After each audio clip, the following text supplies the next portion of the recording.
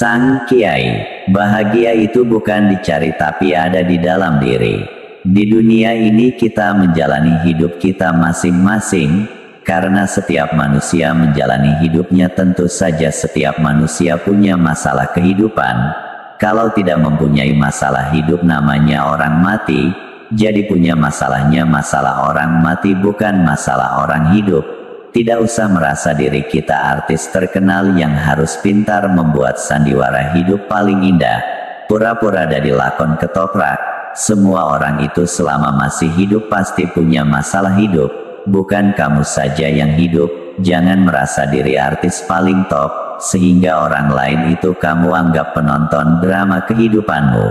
Masalah sedebu besarnya sampai menjadikanmu seakan-akan sebesar gunung.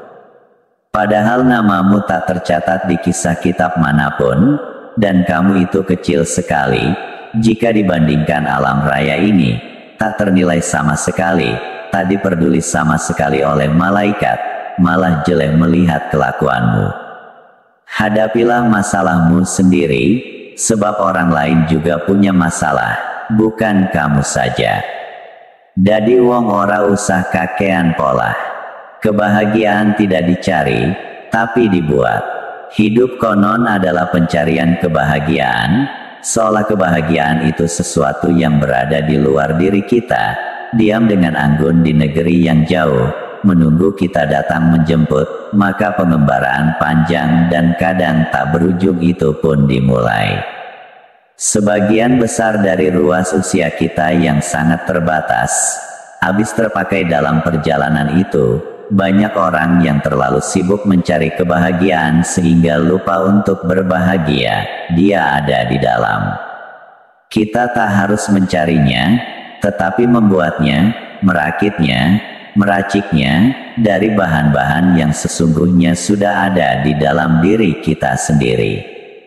Kebahagiaan bukanlah keadaan yang mesti ditunggu atau situasi yang harus dicari, tetapi keputusan yang harus dibuat, pilihan yang mesti diambil. Bukan sesuatu yang dimasukkan dari luar, tetapi dikeluarkan dari dalam. Karena itu, orang yang memiliki lebih sedikit alasan untuk berbahagia, bisa terlihat dan memang benar-benar lebih bahagia daripada orang yang punya lebih banyak. Orang miskin bisa saja lebih bahagia dari orang kaya. Orang yang hanya lulus SD bisa lebih bahagia dari seorang profesor. Jomblo bisa lebih bahagia dari yang punya pasangan, bahkan yang berpoligami. Dan seterusnya, andai bunuh diri atau setidaknya depresi hanya terjadi di kalangan melarat misalnya, maka kita bisa berkesimpulan kemiskinan membuat kebahagiaan jadi mustahil.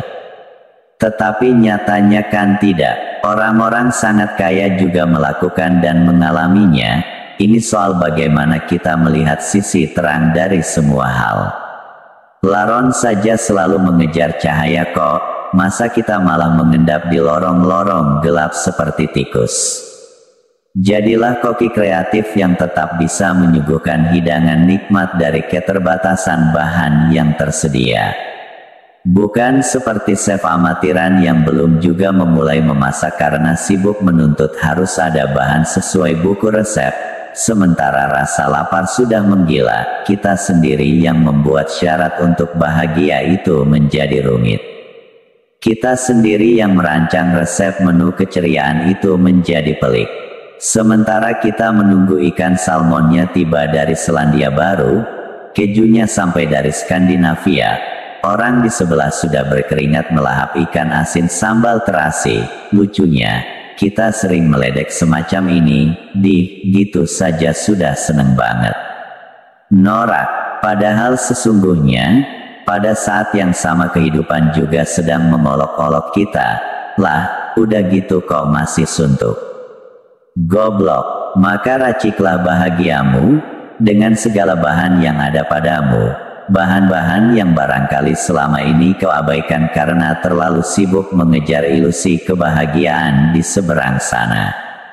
Pada akhirnya, kehidupan hanya sejauh pikiranmu dapat berpikir, seluas perasaanmu bisa merasa, alasan-alasan untuk berbahagia di dalam diri itu, dan sialnya, begitu juga alasan-alasan untuk merasa menderita seperti bintang di langit jernih, pada suatu malam tanpa polusi cahaya.